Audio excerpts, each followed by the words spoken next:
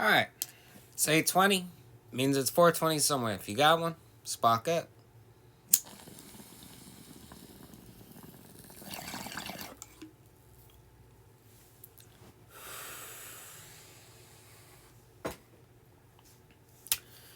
Alrighty. Tonight we are going to do part 2 of the George Carlin audiobook, Brain Droppings. This time I found a video that at least has a picture of George so that it's not a blank screen. So we'll be able to finish the book from here. So let's see where we left off. You know, there are some things you never see. A puppet with a heart on. A butterfly with a swastika design. The Latin word for douchebag. Someone defecating in a church. A junkie with leisure time. A serial killer with a light-up bow tie. A mom-and-pop steel mill. A shot glass full of carrot juice. A bum with matching luggage. Really interesting twins. Condoms with pictures of the saints. 2 homosexuals who own a bait shop. A pimp with a low profit margin. Or a Rolls Royce that's more than 50%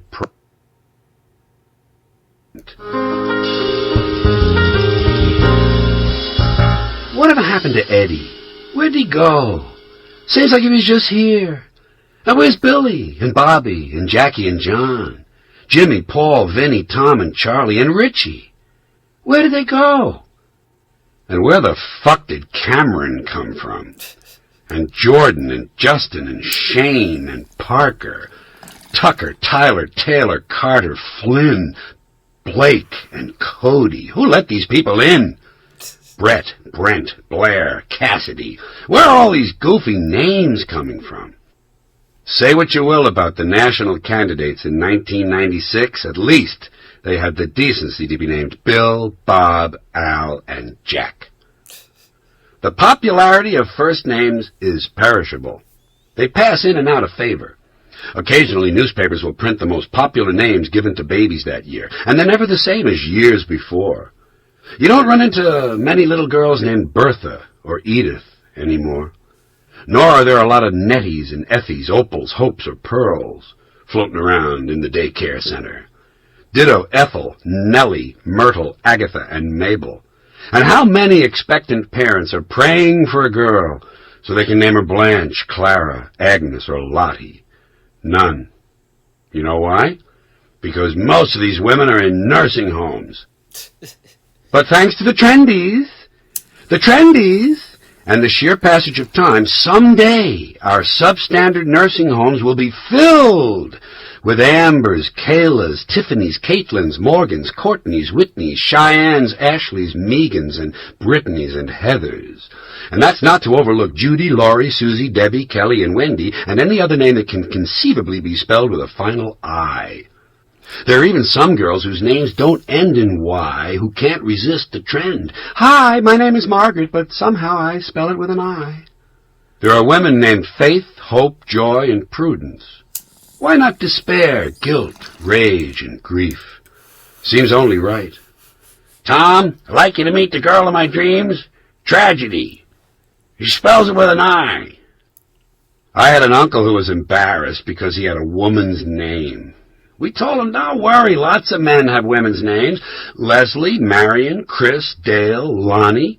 We tried to reassure him, but old Uncle Margaret Mary, I guess he just couldn't handle it. I don't know why. Never bothered his wife, Turk. You know why hurricanes have names instead of numbers? To keep the killing personal. No one cares about a bunch of people killed by a number. 200 dead as number 3 slams ashore is not nearly as interesting a headline as Charlie kills 200. Death is much more satisfying and entertaining if you personalize it. Me? I'm still waiting for Hurricane Ed. Old Ed wouldn't hurt you, would he? Sounds kind of friendly. Hell no, we are not evacuating. Ed's coming. Guess the white guy. Odell, Tyrone, Tremaine, and Sparky. Guess the black girl. Kathy, Joan, Peggy, and Vondelicia.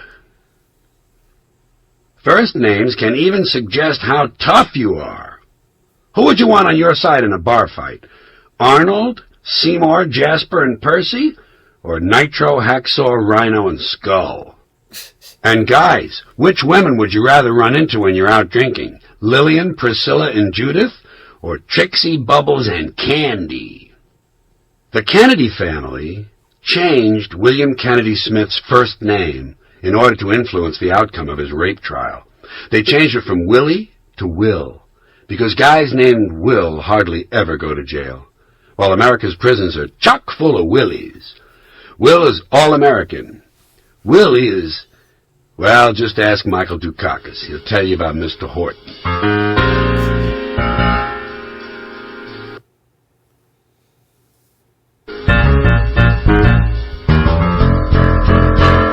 People's names can be interesting because sometimes they carry with them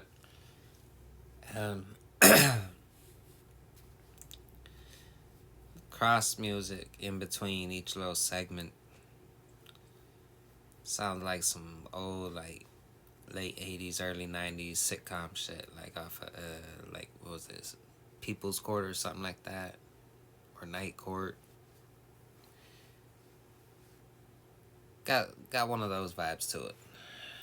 A little emotional baggage that comes with the name. For instance, think of the names of the founders of the great religions. Those founders' names still today ring with an air of mystery. Christ, Moses, Buddha, Muhammad. But the Mormons, Joseph Smith, not too impressive. Come on, we're going to Utah. Who said so? Joe Smith. Well, I gotta go take a shit. Drop me a postcard, let me know how you like it out there. Well, I was raised Catholic, and I'm still waiting for a new pope to choose the name Corky. Wouldn't that be fun? His Holiness Pope Corky the Ninth. I think you'd have to skip right to 9 to give him a little credibility, don't you? Somehow to me, Pope Corky the First doesn't command a great deal of authority. That's because some names are inappropriate, in the wrong settings. You won't find many Schuyler Vanderpools blowing into a harmonica on death row. No one in need of brain surgery is breaking down the door to see Dr. Lucky Lipschitz. And I'm sure only the most devoted aficionado would pay money to see a ballet dancer named Bruno McNulty. On the other hand, you'll know that America has relaxed its hopelessly tight asshole if we ever elect a president named Booger. We get a president named Booger, Skeeter, T-Bone, Stump, or Downtown President Brown, you'll know that finally this country is relaxing and might be a comfortable place to live. In ancient times, the rulers had magnificent names. Alexander the Great. Alexander the Great. Suppose he had been a less imposing figure. Do you think they would have called him Alexander the Marginal? As it is, he had detractors, you know. People who called him Alexander the Scumbag. History has other impressive names from simpler times. Edward the Fair, Charles the Bold, Catherine the Great. These days they'd be Edward the abuse victim, Charles the underachiever, and Catherine the recovering codependent. And let's not forget the historical figures we never hear of. Tiberius the wanker, and Lucretius the dog-fucker. Some names are embarrassing. We had a guy in my neighborhood, Michael Hunt, who called himself Mickey, because the only alternative was Mike Hunt. And, as Beretta used to say, that's the...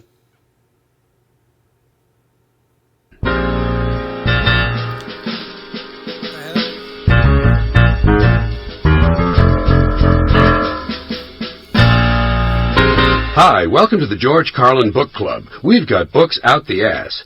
Call now. Call now. Here are some of the titles you'll receive. How to remove chewing gum from your bush. How to turn your front lawn into a cat house. How to remove an infected cyst from a loved one. How to make 2 small hats out of a brassiere. How to make a brassiere out of 2 small hats. How to have really nice lymph glands. How to act laid back during a grease fire. How to spot a creep from across the street. How to dance with a Swedish person. How to induce a clergyman to grab you by the nuts. How to milk a dog while it's sleeping. How to get through college without books. How to make a small salad out of your work pants. How to lure a weasel into a cardboard box. How to fillet a panda. How to get a tan with a blowtorch. How to make an oil lamp out of your genitals. How to style your hair with a bullwhip. How to convert an old leather chair into 12 pairs of shoes. How to achieve multiple orgasms with a pair of tweezers. How to kill a rat with a paperclip. How to lease out the space inside your nose. How to spot truly vicious people in church. How to become a total fucking greaseball.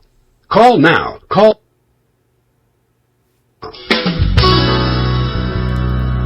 Last week. I like to look at tattoos on people. I think they're really cool, you know? But I would never get one. I always thought it was a bad idea to let some guy draw a picture on me that'll probably never come off, you know? I'm conservative on this one. Not only the thing never comes off, but it hurts to put it on. And you gotta pay the guy. Plus, if you do want to take it off, it hurts again, and you got to pay the guy again. Another reason not to get a tattoo is that a tattoo is positive identification. No one should ever do anything to help the police in any way, especially when you may be the object of their interest. So I never got a tattoo, but I had some good ideas. I was going to get dotted lines tattooed on all my joints, wherever I bend, with little instructions: fold here, do not glue. I also thought about getting a necklace of hickeys. Here's one I almost went through with. I was going to get my nipples tattooed as radio dials, volume and tuning, and the hair in the middle of my chest would be the speaker. And for stereo, I just raised my arms. Armpit speakers. I guess the most popular tattoo of all time has to be Mom. A lot of guys get Mom. No one ever gets Pop. You know why? 'Cause you can't read Pop in the mirror. In a mirror, Mom comes out Mom. Pop comes out 909. What the fuck is that? If you guys want to get a Mom tattoo and save a little money, here's how you do it. Just get 2 letters done. Saves you a little money. Get about a 1-inch capital M tattooed on each cheek of your ass in pink and brown ink. Then when you bend over, it says Mom. And then later, if you're having sex with your girlfriend and her parents are in the next room, don't want to make any noise, when you finish up, you can just lie on your back, draw your legs up to your chest, and silently say, wow. Here's another good tattoo idea for you guys. At the top of your inner thigh, right next to your groin, you put, in case of emergency, pull handle. Or get your penis tattooed to resemble a candy cane. Great for Christmas blowjobs. But be very careful not to let the tattoo guy bend your penis into the J shape. Not good. Get the words tote bag tattooed on your scrotum. Or Bloomingdale's might be good.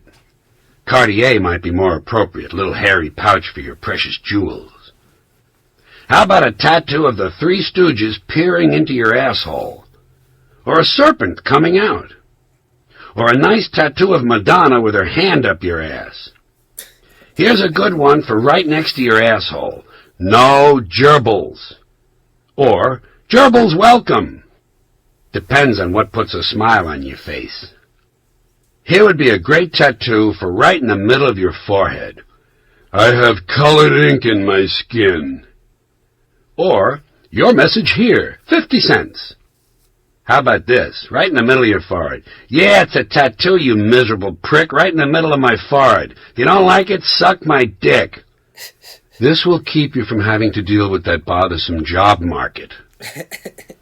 And here's a solution to an age-old tattoo problem. If your girlfriend's name, say Susie, is tattooed on your arm and you break up with her, don't have the tattoo removed. Just have the tattoo reworked so that it says, fuck Susie. By the way, you don't actually have to do all these things. They're just suggestions. Think them over first. Sit That is one thing I'm glad I never did. Get some girl's name tattooed on me. Especially considering I'm single right now.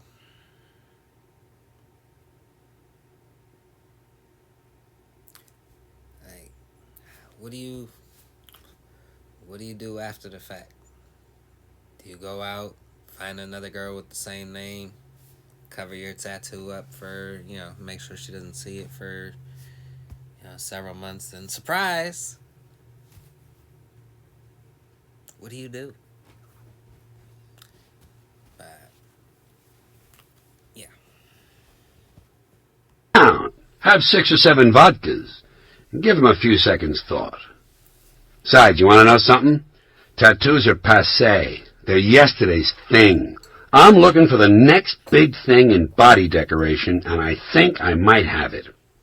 You know, everyone's skin has imperfections, right? It's unavoidable. Pock marks, wrinkles, bullet holes, scars, blotches, stab wounds, cysts, warts, needle holes, acne pits, and enlarged pores. I think people should see these imperfections and disfigurements as positive things. Flaws and defects can actually be forms of decoration. Take moles, God's punctuation marks. Moles are great, and they can be useful if you want a really interesting look. The only problem is they're usually randomly placed. They don't represent anything. I think plastic surgeons should offer a new service, rearranging people's moles. Think of your moles as fashion accessories. God, look at all the moles that guy has. Yes, and aren't they nicely arranged? There are lots of things you can do with moles. I feel like if there was a surgery to rearrange them, I feel like people would just have them taken off. That's just me. I don't know. Double helix. Do a happy Hitler face. Spell out the name of your bowling team on your back. And how about moles with Velcro, so you could change your look every day? Here's something novel. Choose a good-sized mole on your arm and tattoo little legs sticking out of the sides. People will constantly be trying to shoo the bug off your arm. It's great for picking up girls. Next, body piercing. Now, the piercing movement is off to a good start, and I like the idea behind it, self-esteem through self-mutilation. I've always said, when in doubt, punch a hole in yourself. That part is fine, but I think the piercing people are missing a good bet. Vital organs. I mean, skin is one thing. That's easy. But how about getting your lungs or your kidneys pierced? Why not some lovely diamond studs all over the surface of your liver? Or a couple of nice 18-karat gold rings hanging from your thyroid gland? But you know, stuff like this might not be dangerous enough for today's happening people. What's really going to be great is when the ozone layer is completely gone and everyone has melanomas. Then you'll start to see fashion skin cancer. Bet you it happens. Probably start in Malibu. People will use their skin cancers to form little designs. Since it's Malibu, a lot of them will do their zodiac sign. Of course, if your sign is Cancer, you're really in good shape. I believe skin cancer will eventually become part of every American's fashion arsenal. That's a lovely growth, Bambi. 20 millimeters and right between your eyes. God, I'm so jealous. Before I leave this subject, I have 2 more ideas for the truly avant-garde. How about living, small, live mammals medically grafted onto your skin? Huh? Wouldn't you like to have a prairie dog living in the middle of your chest, sharing your blood supply? How about an adult male Norwegian rat sewn onto the top of your head, keeping an eye on everything? I think we also might want to take a page from Africa's book and get into deliberate scarring. Not ritual scars that form coherent designs, random scarring. Let a bunch of drunks with swords inflict hundreds of small, deep cuts on your skin. Or have a friend throw boiling grease all over you, and then sit back and see what develops. I don't believe the body decorating trend has reached its peak yet, and as it does, I shall try to be at the forefront, always, continuing to point America toward the hot new look. Alright. I think that's a good spot to call it a break.